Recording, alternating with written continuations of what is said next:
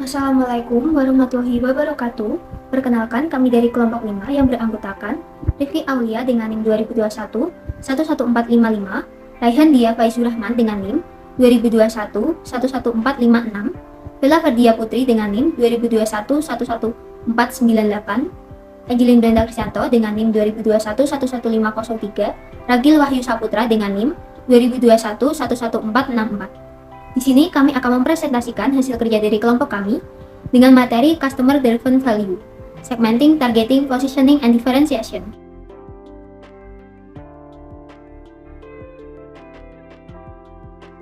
Sebelum ke pembahasan lebih lanjut tentang Customer Driven Value, sebaiknya kita melihat bagian sebagai berikut, yaitu bagian untuk menciptakan nilai bagi pelanggan sasaran, yaitu dibagi menjadi dua, yaitu memilih pelanggan yang dilayani dan memutuskan proporsi nilai. Untuk memilih pelanggan yang dilayani dapat dengan cara segmentasi dan targeting, sedangkan untuk memutuskan proporsi nilai melalui diferensiasi dan positioning. Segmentasi adalah membagi seluruh pasar menjadi segmen yang lebih kecil, targeting adalah memilih satu atau beberapa segmen yang dimasuki. Diferensiasi adalah mendiferensiasikan penawaran pasar untuk menciptakan nilai pelanggan yang unggul. Positioning adalah memposisikan penawaran pasar dalam pikiran pelanggan sasaran.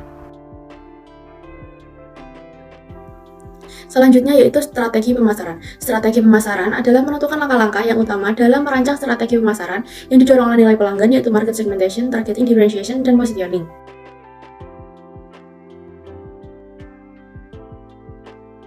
Market segmentation atau segmentasi pasar adalah membagi pasar menjadi kelompok-kelompok kecil dengan kebutuhan, karakteristik, atau perilaku berbeda yang dapat memerlukan produk atau bauran pemasaran tersendiri.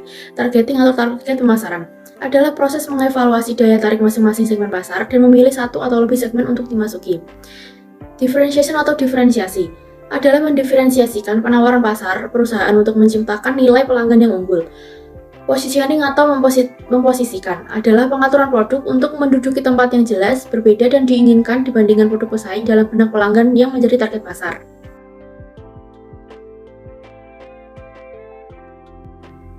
Dasar-dasar menentukan segmentasi: geografi, daerah, iklim, dan kepadatan penduduk. Demografi, usia, jenis kelamin, jabatan, agama, ras, nasionalis, ukuran keluarga, gaya hidup keluarga.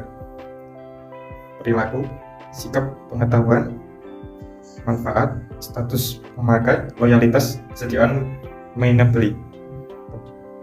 Psikografi, kepribadian, gaya hidup, kelas sosial.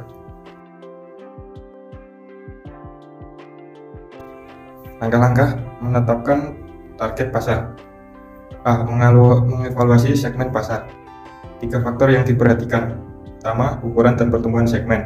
2. Daya tarik segmen. 3. Tujuan serta sumber daya perusahaan. B. Memilih segmen pasar yang tepat atau beberapa tingkatan pembedaan dalam memilih segmen pasar, yaitu pemasaran tanpa diferensiasi, under-differentiated marketing of mass marketing, strategi cakupan pasar di mana perusahaan memutuskan untuk mengabaikan perbedaan segmen pasar dan mengejar keseluruhan pasar dengan suatu tawaran pemasaran terdiferensiasi, differentiated marketing. Strategi cakupan pasar di mana perusahaan memutuskan untuk menargetkan beberapa segmen pasar dan merancang penawaran terpisah bagi masing-masing segmen. 3. Pemasaran terkonsentrasi, concentrated marketing. Strategi cakupan pasar di mana perusahaan mengejar pangsa pasar salah satu atau beberapa segmen. Pemasaran mikro marketing, program pemasaran khusus dengan cara mengantarkan produk ke pelanggan.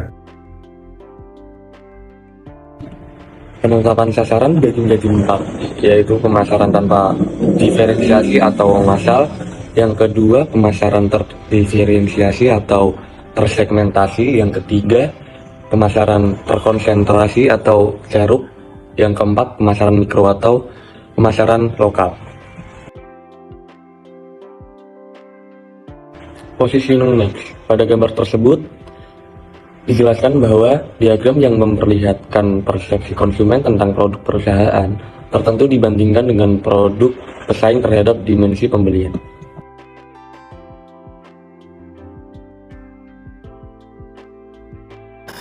Seperti contoh analisis pada produk kopi kenangan. Kopi Kopi Kenangan adalah produk kopi lokal yang menyediakan berbagai macam kopi dan minuman lain dengan harga yang cukup terjangkau.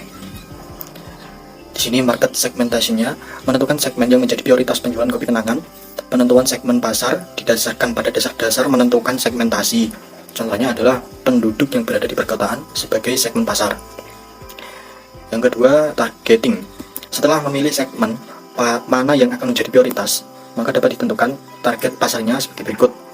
Generasi milenial dan Gen Z, kelas ekonomi menengah, domisili ibu kota provinsi, ibu kota negara, penyerapan teknologi, pengguna smartphone. Untuk transaksi online, tech enthusiast, preferensi halal, tidak peduli, cukup perhatian, sangat peduli. Kebiasaan kopi, sesekali setiap minggu, setiap saat.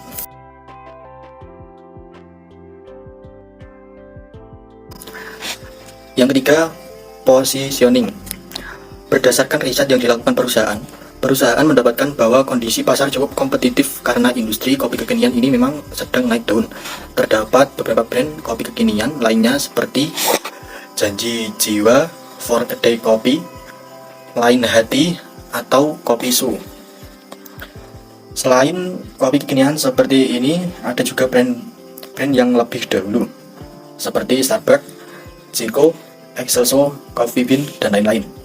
Yang ketiga, differentiation. Menciptakan produk kopi yang berbeda berdasarkan analisis perusahaan. Perusahaan mendapatkan ada dua aspek yang paling membedakan kopi Kenangan dengan kopi lainnya, yaitu preferensi halal dan penggunaan teknologi. Kopi Kenangan adalah salah satu brand kopi yang memiliki aplikasi pemesanan kopinya sendiri. Kopi Kenangan adalah merek yang menonjolkan kehalalan produk. Hal ini karena produk lain belum memiliki sertifikat halal MUI, sehingga saat ini mereka dapat menggunakan positioning. Cukup sekian presentasi dari kelompok kami. Apabila ada pertanyaan yang ingin diajukan, bisa ditulis di forum yang sudah ada di Sunan. Terima kasih dan wassalamualaikum warahmatullahi wabarakatuh.